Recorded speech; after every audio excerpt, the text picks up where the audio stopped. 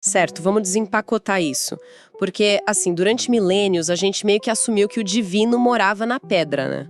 É, literalmente na pedra, na arquitetura clássica. Exato. Pensa só, a pessoa entra numa catedral imensa.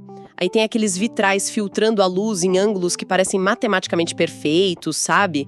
O eco dos passos batendo naquele teto super alto. Uhum. E, no fim das contas, a estrutura inteira de tijolo e argamassa aponta para o altar e basicamente diz, tipo, aqui está o sagrado. A verdade mora exatamente nestas coordenadas geográficas aqui. E a mente humana adora isso, né? Nossa, com certeza. Ter uma fronteira física clara entre o que é comum lá fora na rua e o que é sagrado aqui dentro, isso oferece um conforto psicológico imenso. As nossas instituições mais antigas, elas foram todas construídas sobre essa fundação bem visível e inegável. Mas, e aí vem a grande questão. O que acontece quando a casa de Deus pixeliza? Essa é a palavra, pixeliza. É, porque, de repente, a sua congregação vira uma tela de zoom, o seu altar é um aplicativo, e a sua bússola moral começa a ser silenciosamente ditada por, sei lá, um desenvolvedor de software de moletom no Vale do Silício. Pois é. Então, a nossa missão nesta análise aprofundada de hoje é explorar exatamente esse colapso de fronteiras. Nós vamos fazer um mergulho na pesquisa Digital Religion: The Basics, da Heidi A. Campbell e da Wendy Beller. E olha, para quem acompanha a nossa análise, um aviso super importante aqui. Manda. Não estamos aqui para falar sobre como montar um site bonitinho para uma paróquia ou sobre como transmitir cultos no YouTube. Não é sobre isso. Não, o buraco é muito mais embaixo. Total. A pesquisa mapeia como a internet está alterando a própria biologia da fé, da comunidade e, da própria identidade humana. O grande fio condutor que a gente precisa entender logo de cara é que o online e o offline, eles deixaram de ser mundos separados. Uhum. Não existe mais aquela dinâmica antiga de agora vou entrar na internet e agora vou voltar para a vida real.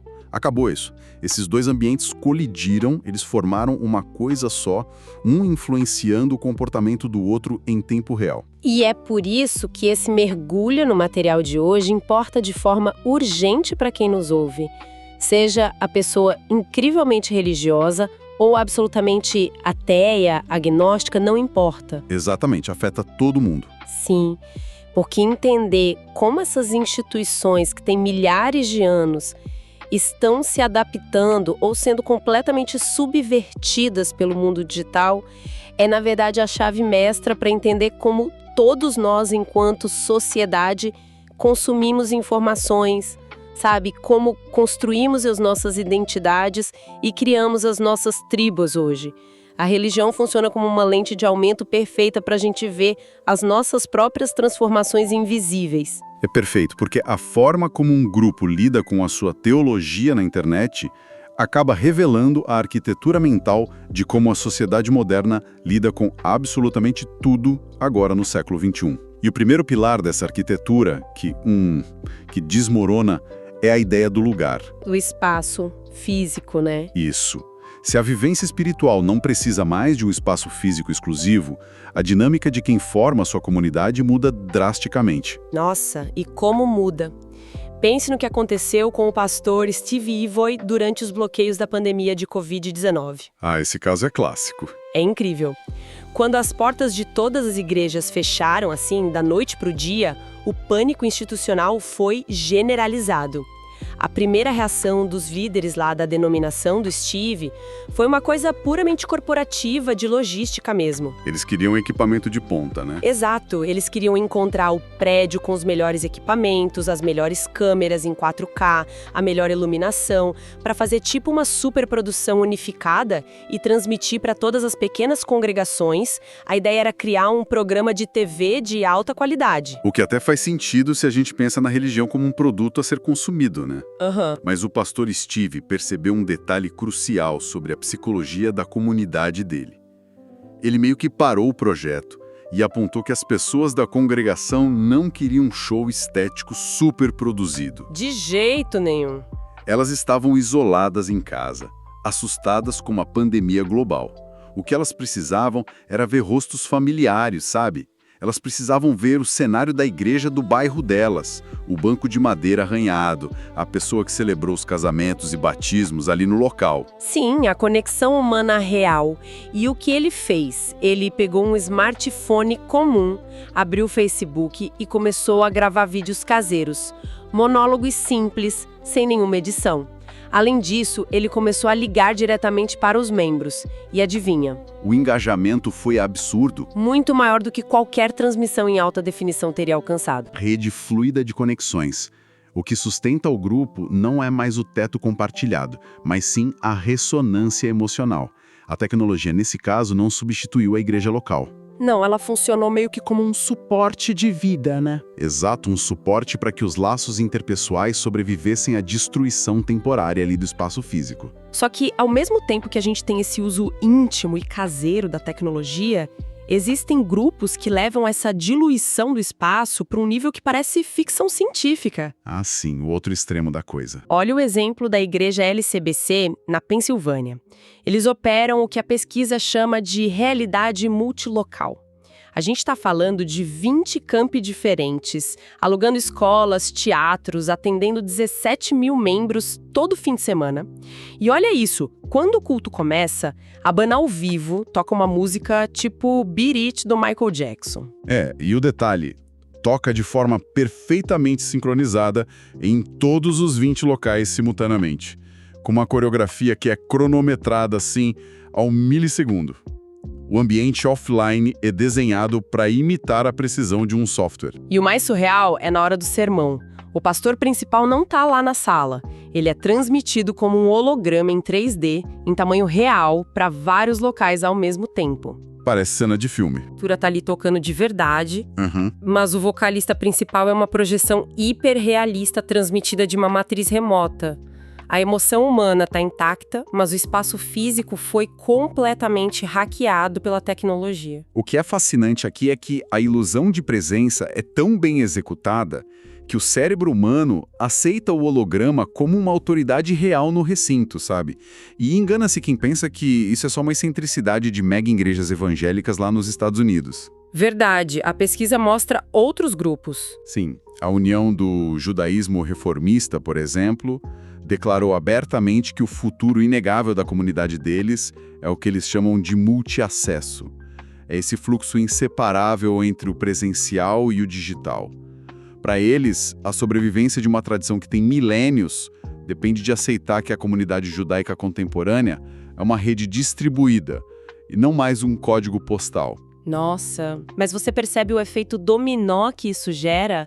Se a exclusividade do prédio sumiu e se a congregação agora pode ser um holograma, um grupo de Facebook ou uma rede global inteira, a pessoa não está mais presa à teologia daquela paróquia da rua dela. O horizonte se expande. Demais! O menu espiritual, de repente, ficou infinito. E é aí que a própria prática religiosa se transforma em um grande projeto de faça você mesmo. É inevitável, né? Sem essas amarras físicas, a rotina do fiel sofre um processo de bricolagem. Bricolagem. A construção de algo novo usando qualquer material que esteja ali à mão. O termo técnico para isso na pesquisa é prática convergente. As pessoas começam a pegar elementos de tradições muito antigas, transmitidos por mídias digitais, e elas convergem isso com as tarefas mais mundanas e seculares do dia a dia. Nossa, a história daquele estudante sueco ilustra isso perfeitamente. O Oriol Poveda. Ah, sim, o Oriol. Ele decidiu aprender a meditação budista tibetana. Mas ele não arrumou as malas e foi para um mosteiro no Nepal. Ele acessou os cursos em vídeo do monge Mingyur Rinpoche pela internet. Uhum. E a virada de chave é como ele consumia isso. Ele colocava os áudios de meditação transcendental enquanto estava dirigindo no trânsito da Suécia, ou então praticava os exercícios de atenção plena enquanto cozinhava o jantar. O sagrado não exige mais que você pare a sua vida laica e vá fisicamente até ele. Você meio que insere pequenos módulos de sagrado entre as tarefas diárias. Isso reescreve a própria identidade narrada do indivíduo. Como o acesso à informação agora é total, cada pessoa se torna meio que a editora-chefe da sua vitrine espiritual, sabe? Exato. As mães blogueiras cristãs, as chamadas mommy bloggers que o livro estuda, elas exemplificam bem essa curadoria. Elas usam as plataformas para narrar uma identidade muito, muito específica, onde a fé fervorosa se mistura organicamente com dicas de decoração, receitas, coisas sobre maternidade. E o detalhe mais revelador sobre essas blogueiras é o que elas escolhem esconder. Sim, a edição da realidade. A narrativa delas frequentemente exclui toda a burocracia institucional da igreja. Elas não postam sobre, sei lá, aquelas políticas internas cansativas ou as obrigações exaustivas de trabalho voluntário que os pastores impõem. Ninguém quer ver isso no Instagram, né? Pois é, elas filtram a parte tóxica da instituição física e constroem um ecossistema online onde a fé acontece 100% nos termos delas. E os aplicativos acabam funcionando como ferramentas de microcoordenação dessa nova identidade que foi filtrada. Veja o aplicativo Muslim Pro, por exemplo. Ah, esse caso é enorme. Gigante. Milhões de muçulmanos baseiam a exatidão das suas 5 orações diárias na bússola Qibla digital do celular. Ou então o aplicativo católico Laudat. Existem relatos de usuários afirmando que sentiram uma paz imensa, tipo a própria presença do Espírito Santo, simplesmente interagindo com a interface gráfica do app ali no meio do expediente de trabalho. Olha que loucura isso! E curiosamente, eles reclamam pra caramba nas avaliações quando o aplicativo não manda uma notificação automática lembrando de rezar. Ou seja, a responsabilidade da disciplina espiritual foi meio que terceirizada para as notificações push do iOS. É mole! E além de coordenar a rotina, o digital cria os chamados terceiros espaços.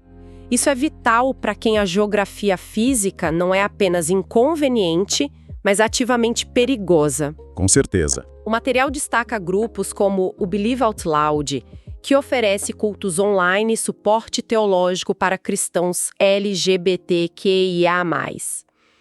Pensa bem, se a única igreja da sua pequena cidade te rejeita ou demoniza a sua existência, no passado, a sua vida espiritual estaria basicamente encerrada. Você ficaria totalmente isolado. Mas na internet, a barreira geográfica é pulverizada. A tecnologia permite que pessoas isoladas globalmente se encontrem instantaneamente, criando uma bolha de proteção emocional e validação que o mundo offline simplesmente negou a elas. Isso salva vidas. Sim, salva mesmo. Mas olha, aqui é onde a coisa fica realmente interessante. Eu quero te fazer uma pergunta. Manda. Se todo mundo está misturando o budismo tibetano com a panela no fogo pelo YouTube, escolhendo quais virtudes do catolicismo seguir com base numa notificação de celular e montando essas liturgias online totalmente customizadas, a religião não corre o risco de virar só uma playlist do Spotify? Uma playlist? Como assim? Sabe, você pula as faixas que acha chatas, adiciona um mantra indiano aqui, um salmo cristão ali, e de repente o peso histórico, aquela espinha dorsal de uma tradição de milhares de anos, simplesmente evapora no meio desse consumismo espiritual. Olha, essa é disparada a crítica mais feroz que vem dos líderes religiosos tradicionais. O pânico deles é exatamente esse medo da diluição total da doutrina.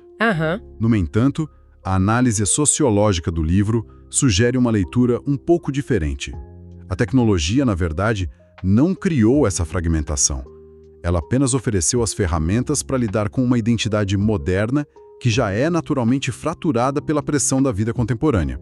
Então já estava acontecendo. Sim. Para o usuário, montar essa playlist não é um ato de superficialidade, não é um desrespeito. É o que a gente chama de religião vivida. É um mecanismo de sobrevivência que a pessoa encontra para manter o sagrado relevante quando, ela trabalha 10 horas por dia num escritório, ou quando a instituição física simplesmente virou as costas para ela. O bricolagem não destrói a fé da pessoa. Ele torna a fé praticável. Faz todo sentido, só que se cada indivíduo é essencialmente o DJ da sua própria fé, decidindo ali qual faixa tocar, a pergunta inevitável que surge é: quem manda na pista de dança? Essa é a pergunta de $1 milhão. Pois é. Quem é o líder? Quem define o que é uma teologia sólida e o que é pura heresia? A gente entra naquele paradoxo que a pesquisa define como a mudança de autoridade. Exato. Porque a internet desestabiliza completamente o monopólio do clero tradicional. O padre, o rabino ou o pastor, eles não são mais os guardiões exclusivos da informação sagrada, sabe? A informação está solta. Ao mesmo tempo, surge uma nova classe de poder, os chamados criadores digitais religiosos. São pessoas que dominam a linguagem da rede e, justamente por isso, acumulam um capital de influência que, às vezes, é muito maior que o de teólogos com formação clássica. A trajetória da Bex Lewis, que era conhecida online como Dr. Bexel, prova exatamente isso. Eu fiquei super comovida lendo essa parte. A história dela é muito forte. Ela estava fazendo um doutorado em História, lá no Reino Unido, sentindo-se entediada, como muita gente, e começou a usar o Twitter. E, ela não tinha ordenação formal nenhuma da igreja. Nenhuma. Mas ela entendia visceralmente como engajar uma comunidade virtual. Com o tempo, ela se tornou uma das maiores autoridades digitais cristãs da Europa, ao ponto de ser consultada por igrejas tradicionais sobre como sobreviver na era da internet. Inverteu o jogo. Inverteu. E quando ela foi diagnosticada com câncer, ela documentou todo o processo no Twitter com a hashtag #BusyLivingWithMets, ocupada vivendo com metástases, compartilhando a vulnerabilidade dela até o fim. E a comunidade confiava nela de forma profunda, não por causa de um diploma de teologia pendurado na parede, mas porque ela era radicalmente autêntica. É bem isso, a autoridade fluiu da instituição oficial para a autenticidade relacional. Mas, e esse é um ponto crítico, existe uma camada invisível nessa mudança de poder que é muito, muito mais assustadora. Qual? A pesquisa levanta uma questão estrutural que é brilhante. Quem codifica o aplicativo da Bíblia? Nossa, sim. Essa é a hora que a nossa cabeça dá um nó. Dá mesmo. Vamos imaginar a mecânica disso. A pessoa abre um aplicativo religioso e digita lá na busca a palavra ansiedade. O aplicativo vai retornar uma lista de versos sagrados. Mas quais versos aparecem primeiro? Esse é o ponto. São versos focados no amor e no conforto divino, ou são textos punitivos falando sobre a falta de fé ser um pecado? A ordem em que esses textos aparecem não é mágica, ela é ditada por um algoritmo. E algoritmos não nascem em árvores. Exatamente, esse algoritmo foi desenhado e tagueado por um ser humano. O viés teológico, os medos, as crenças desse programador estão sendo injetados diretamente na experiência de oração de milhões de pessoas. O desenvolvedor de software, de repente, ganha a capacidade de moldar a arquitetura teológica de uma geração inteira.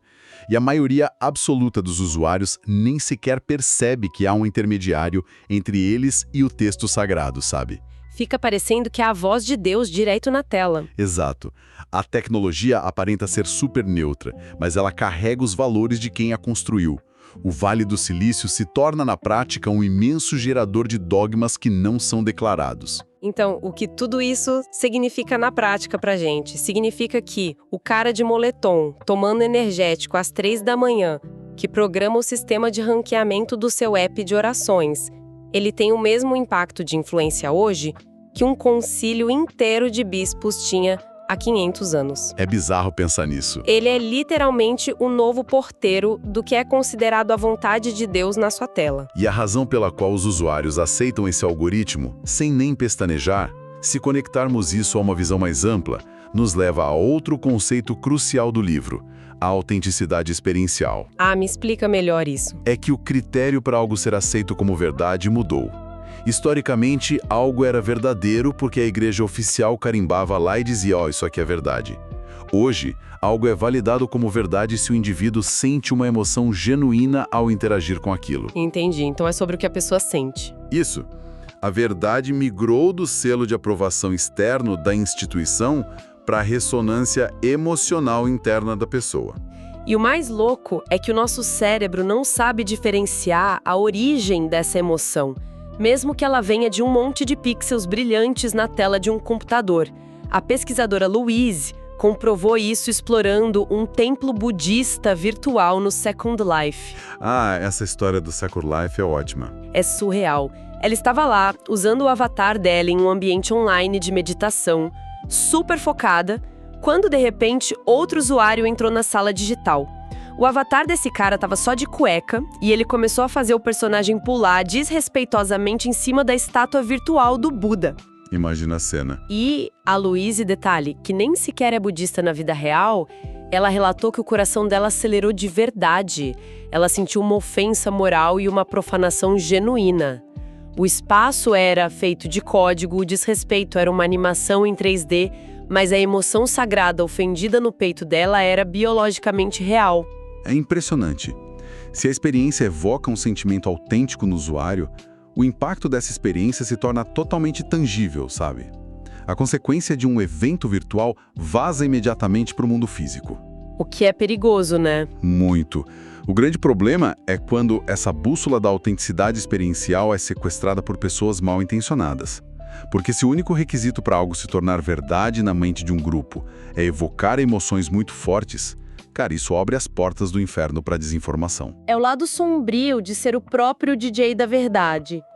O material que estamos analisando mergulha de cabeça em como as fake news e as teorias da conspiração operam usando exatamente a mesma mecânica de um app de meditação focado na emoção.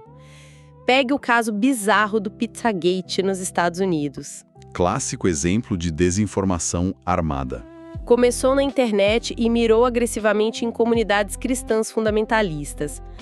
Criou-se uma narrativa completamente falsa sobre uma rede de tráfico infantil escondida numa pizzaria. E a mecânica do Pizzagate funcionou justamente porque o algoritmo apresentou essa mentira embalada no formato exato para engatilhar os medos morais mais profundos daquele grupo específico. Quando a pessoa lia aquele artigo falso, ela sentiu uma revolta protetora que era intensa e visceral. E como a emoção dela era real e era forte, a mente imediatamente validou a informação como autêntica. O resultado físico disso. Um homem armado invadiu uma pizzaria de verdade. Exato. O gatilho foi plantado lá no digital, a emoção validou a mentira no cérebro da pessoa e o dano, a violência, aconteceu no mundo offline. Vemos uma versão talvez menos letal, mas igualmente subversiva disso na cultura de memes, não é? Com certeza. O poder corrosivo do humor. Pensa na imagem do Dalai Lama estampada com aquela sigla YOLO, You Only Live Once, tipo, você só vive uma vez. É uma piada de internet. Mas, em questão de segundos, uma cultura participativa global mastiga e brinca com o conceito central de reencarnação do budismo. Dogmas que levaram milênios para serem cristalizados, são renegociados e dessacralizados diariamente por adolescentes fazendo montagens no celular. Pois é. O poder de ditar a narrativa não está mais nas mãos de quem detém a tradição literária ou a hierarquia institucional. Está nas mãos de quem domina a gramática da internet. Seja pro bem ou pro mal, né? Sim, seja para espalhar conforto e criar bolhas de proteção, como vimos naqueles aplicativos de apoio, ou para inflamar paranoias perigosas como no Pizzagate. Incrível. Então, para amarrarmos todos os fios dessa nossa exploração de hoje, o grande aprendizado aqui é que a religião digital não é um parquinho virtual inofensivo, sabe? Não é um videogame de faz de conta que você desliga e as coisas voltam ao normal. Longe disso. As emoções que sentimos quando um avatar sobe num altar de pixels, as bolhas de sobrevivência emocional que as pessoas curam ali num grupo de WhatsApp, e as teologias silenciosamente ditadas pelas tags de um algoritmo. Tudo isso está reescrevendo o mundo físico agora mesmo. A tecnologia não apagou a mensagem original da fé humana, mas ela definitivamente mudou quem segura o megafone. E mudou como os nossos neurônios absorvem o eco dessa mensagem também. Exato. E porque qualquer pessoa de qualquer crença ou sem crença nenhuma deveria gastar energia pensando nisso que a gente discutiu hoje? Bom, porque a mecânica da religião digital é o mapa definitivo do comportamento contemporâneo de quem nos ouve. As mesmas dinâmicas invisíveis que a gente dissecou aqui. A autoridade silenciosa dos algoritmos. Isso. O colapso do espaço físico, a fragmentação da identidade nessas playlists personalizadas e a vulnerabilidade da emoção humana diante de fake news.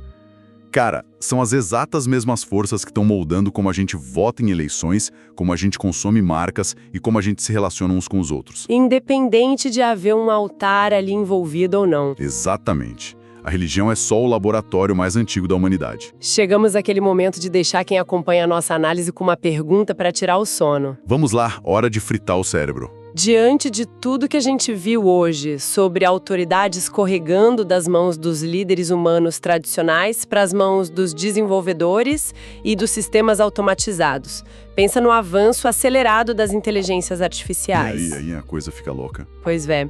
Se os algoritmos já ditam hoje o que vemos com base no que nos causa mais revolta ou mais conforto emocional, até que ponto as próximas grandes reformas religiosas, morais e sociais da humanidade não serão lideradas por um profeta de carne e osso, mas sim implantadas por uma atualização de software silenciosa? Uma IA profeta. Exato, uma IA programada especificamente para otimizar o nosso engajamento na tela. A evolução espiritual inteira da humanidade pode virar apenas um ajuste de métrica de retenção de um aplicativo. Nossa, é um pensamento que desestabiliza qualquer certeza que a gente tinha sobre o livre-arbítrio, né? Era um minuto.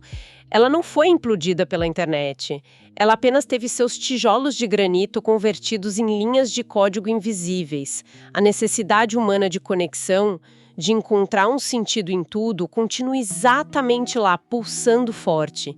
Mas a arquitetura nunca mais será a mesma.